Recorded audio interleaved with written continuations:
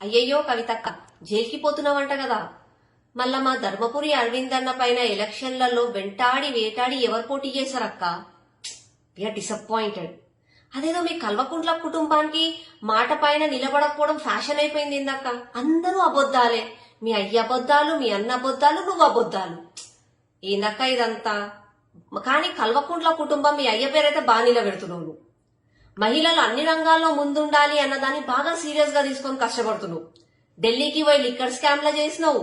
తర్వాత దొరికిన సాక్ష్యాలని 10 ఫోన్లని శాండిల్ వేసి పసపస దొక్కినవంట కదా. ఏమన్నా కష్టమా అక్క నీకు? నిప్పు లేనిదే పొగరాదు. టీఆర్ఎస్ వాళ్ళు శుద్ధపూస మాటలు.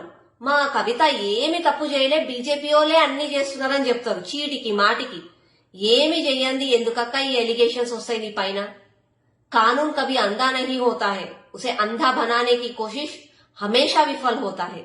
రేపో మాపో మీరు చేసిన తప్పులకి మీరు జైలుకి పోవడం ఖాయం. తెలంగాణ ప్రజలు నీకు బుద్ధి చెప్పడం ఖాయం.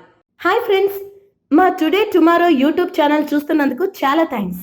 మరిన్ని లేటెస్ట్ వీడియోస్ కోసం వెంటనే సబ్స్క్రైబ్ చేయండి. అలాగే ఈ బెల్ ని కూడా రింగ్ చేసేయండి. మా నోటిఫికేషన్స్ అన్ని మీ మొబైల్లో వస్తాయి. అలాగే మా వీడియోస్ మీకు నచ్చితే లైక్ చేయండి, షేర్ చేయండి, నచ్చకపోతే కామెంట్ చేయండి.